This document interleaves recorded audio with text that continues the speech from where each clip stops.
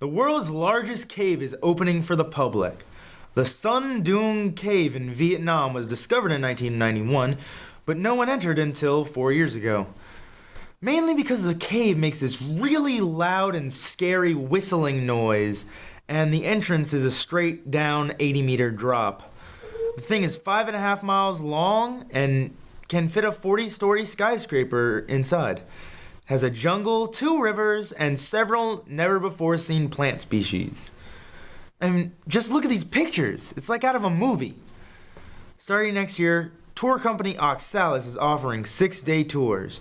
These will cost $3,000, and visitors will camp inside at a giant stalagmite called Hand of the Dog. Dude, look up the new Miley Cyrus video. Oh, yes. You guys, I found this flash drive in a jar of formaldehyde in Mr. Carambat's room. Why were you looking through a jar of formaldehyde? That was strange. Who was that guy? I don't know, I think he's a janitor or something. But he was wearing a school uniform. Yeah, that's weird.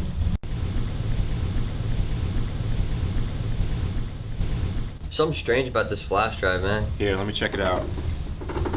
I don't know if it's a good idea. What if it belonged to Michael Bay? Are you done? Or it's possessed by Michael Bay? Are you done? I am. Man, these files are really strange. What's wrong with them? It's like it's a shrine to something. A shrine to what? Dude, the lights went out. Well, good thing it's daytime. Here, let's check out this folder.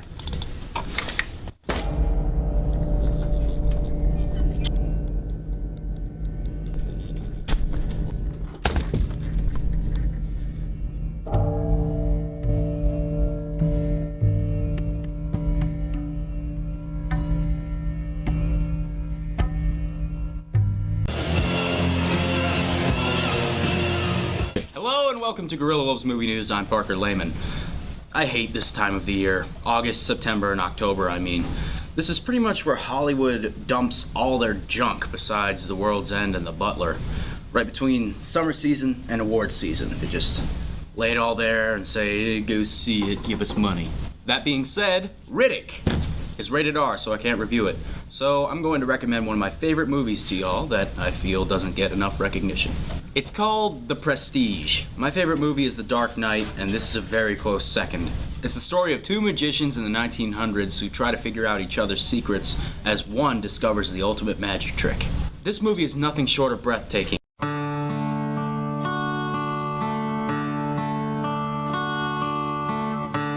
It itself feels like a magic trick as it twists and turns, fooling you every step of the way, leaving your mouth agape at the lengths these characters will go to preserve their secrets. It is written and directed by the prestigious Christopher Nolan, who you may know as the director of the Dark Knight trilogy and Inception. This and The Dark Knight are definitely his best works. I can't do it justice without spoiling it, but go see it, take my word for it. Do as I say! Okay, that's it for me today. I'm really sorry I can't put out better content for you guys, but I mean, at this time of the year, 80% of the movies are rated R and the other 20% are really terrible. So, I'm doing my best here, and see you next week. There's a reason Louisiana's shaped like a boot. It's for kicking those Falcons back to Atlanta so they can do what God intended them to do, which is lay eggs. Stupid Mark. Anyway, the big news this week comes out of Pittsburgh, where the Pirates have won 83 games for the first time since 1992. That's like 21 years ago. And in baseball, 83 games constitutes a winning season. So they can cap that off after 20 seasons of losing. Now, only if the Cubs could finally win the World Series. This year's Basketball Hall of Fame just came out, highlighted by Gary Payton and Lou Paterno. The Basketball Hall of Fame is different in which the NBA, college, and WNBA all share the Hall of Fame instead of having separate Hall of Fames. And international players can also be inducted into the Hall of Fame. Gary Payton played for the Seattle Supersonics most of his career before bouncing around the league. Lou Paterno had a awful NBA coaching stint with the Boston Celtics, but he's a national champion with Louisville this year, winning this year's Final Four. And one of the rarest plays in football is the fair catch kick. It is very rare because people never hear of it, and plus, you can only use it after a fair catch to kick a field goal the next play, something that you'd only do if the half is almost over. It's better than a field goal because it's a kickoff, so the defense has to stand 10 yards behind the line and you can line drive it in.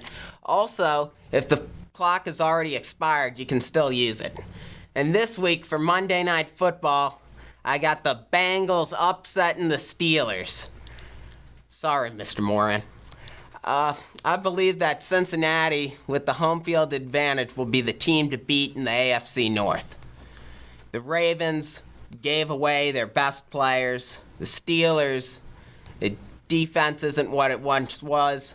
And the Bengals, behind Andy Dalton, will be the team to beat this year. Hi, my name is Casey Fitzmars, and I'm your news sports co-anchor. Throughout the next few weeks, I will be providing several updates on something that's been sweeping sports fans off their feet for over a decade: fantasy football. The online game which allows you to draft NFL players to your team and gives you the opportunity to reap the benefits of their success. Now, many of you play, but many of you are also misinformed. But whether you picked Adrian Peterson, AJ Green, and Peyton Manning in the first 3 rounds, or restarted your draft to get Drew Brees first overall, Peyton Tabor, I'm here for you. So I will provide a weekly love-hate list telling you who I think will do better or worse than expected. Now, you must consider, due to the time difference between filming and this airing on Wolf TV, I can't account for somebody getting injured if they got hurt yesterday. But keeping that in mind, let's get started. I love Peyton Manning of the Denver Broncos this week, and you can add Demaryius Thomas and Wes Welker to that list as well.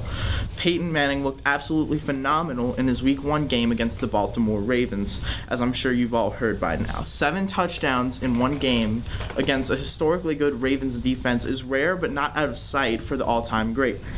Well, I had my doubts about Demaryius in the preseason. He's shown me that he can still be effective with Wes Welker around taking away receptions. Another player to watch is tight end Julius Thomas. If he did well in yesterday's Week 2 game against the New York Giants, pick him up off of waivers right away. Solid tight ends are rare in fantasy football, and therefore they're a must-have. And if you don't have Jimmy Graham as your starting tight end, he should be considered for your starting lineup. I hate Lance Moore this week against the Arizona Cardinals. Now, while talented, he faces a tough defensive back core, which includes former LSU cornerbacks Patrick Peterson and the Honey Badger Tyrann Mathieu. Now, while I think Jimmy Graham and Marcus Colston will make out okay in fantasy points, if you have another receiver of Lance Moore's caliber, I would pick him instead. Now, last but not least, and keeping with the theme of the Saints-Cardinals game this week, I love the Saints defense. That's right, you heard me. The Saints defense, the statistically worst defense in NFL history last year, is on my love list. They displayed a fire and an aggression in their Week 1 game that I haven't seen since infamous Bounty Gate facilitator Greg Williams was here. Now, while I wouldn't start them over an established defense like the Seattle Seahawks or the San Francisco 49ers, if you're shuffling defenses around in your fantasy league, consider staying local for a change. They face a team with a porous, atrocious offensive line and a weak running game. If you think that the aggressive secondary of Keenan Lewis, Malcolm Jenkins, Roman Harper, and rookie out of Texas, Kenny Vaccaro, can get in the heads of speedy receivers Larry Fitzgerald and Michael Floyd, you should get them. That's it for Fantasy News. I'm Casey Fitzmars, signing off.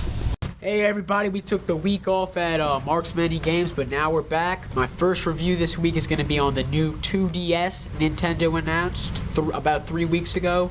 And basically the 2DS is not in 3D like the 3DS. It's a downgrade actually. It's for children between 2 and 6. And it's just flat. It can't like fold up like a suitcase. And I think it's kind of a bad idea. I mean, the 3DS had parental controls for kids young, so they couldn't use the 3D slider. So that's that. Okay, for my retro game of the week, I have The Legend of Zelda. It's a gold game. You can do a lot of stuff with gold, like make a grill. See that? And basically my review on this game is you play as Link. with the sword. I play with the sword. There's some hardcore gamers who don't use the sword. It's very hard. I think it's hard with the sword, so I would never try that. But I'm going to give it an 8.5 out of 10. Very good game. I've never beaten it before, but I've seen the ending on YouTube because I was interested. So, there we go. Go.